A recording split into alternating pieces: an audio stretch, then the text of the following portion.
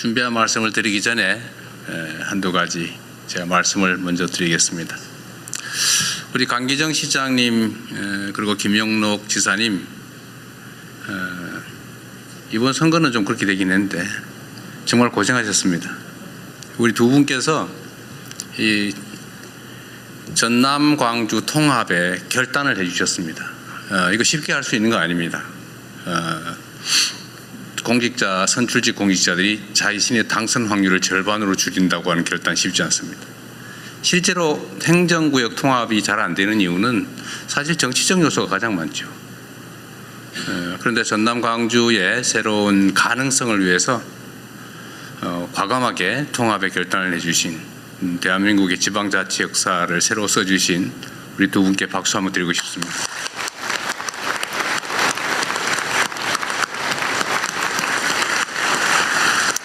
의전팀이 왜 두 분을 이렇게 멀리 떨어뜨리는지 모르겠어요. 네.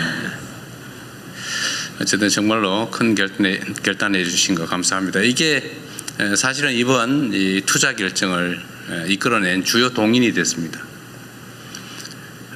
지금 이 입지 선정 관련해서 여러 가지 이제 반론들 이견들이 있는데 분명한 건 그렇습니다. 이게 경제적 그 원리에 따른 것이라는 겁니다. 전 세계적으로 인공지능 산업 발전에 따라서 이제 메모리가 절대적으로 부족해지고 사실은 용인이나 또는 평택, 화성 이쪽에 기존에 계획된 공장 부지로 충분할 거라고 지금까지 생각해 왔는데 최근 갑자기 전체적인 예측이 아까 그림에서 본 것처럼 수요가 폭증하는 상황이 됐고 물량이 부족해서 지금 일부 산업에 황폐화가 걱정될 만큼 심각한 공급 부족에 시달린다고 합니다. 이게 단기간이 아니라 아주 길게 이어질 거라고 하는데 결국은 또 추가의 증설이 필요한 상황이 됐습니다. 그런데 지금 수도권은 기존의 모든 자원들이 부족해지고 과밀해졌지만 특히 용수 부분, 물 부분이 또 전력 부분이 해결이 불가능한 상황으로 이미 진입했습니다. 기존의 전력망, 송배전망으로는 도저히 추가의 전력을 공급받을 수 없는 상황이 됐습니다.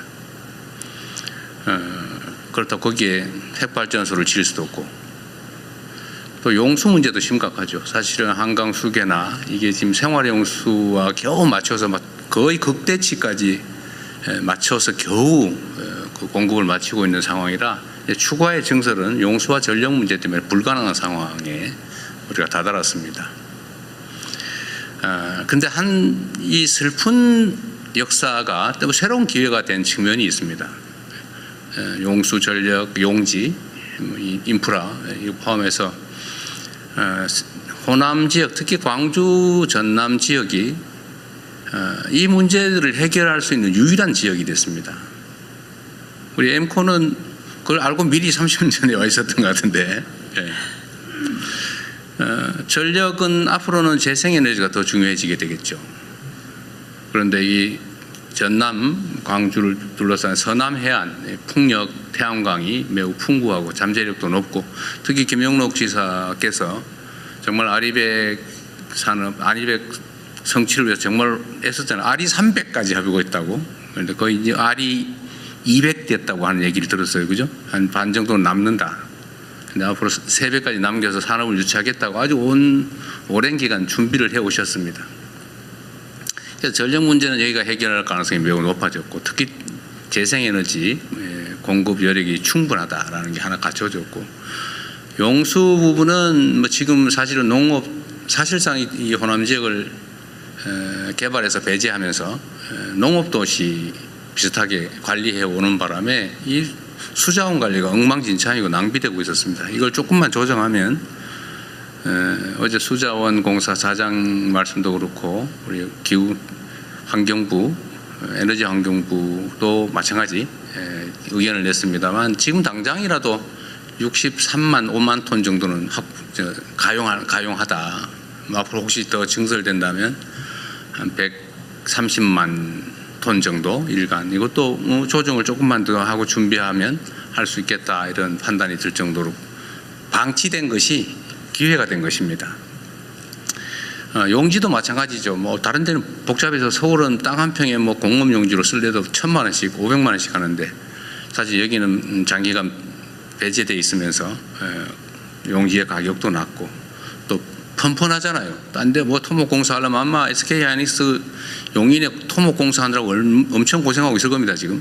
근데 여기는 사실은 거의 평탄지라서 그런 비용도 좀 적다는 이점도 있죠.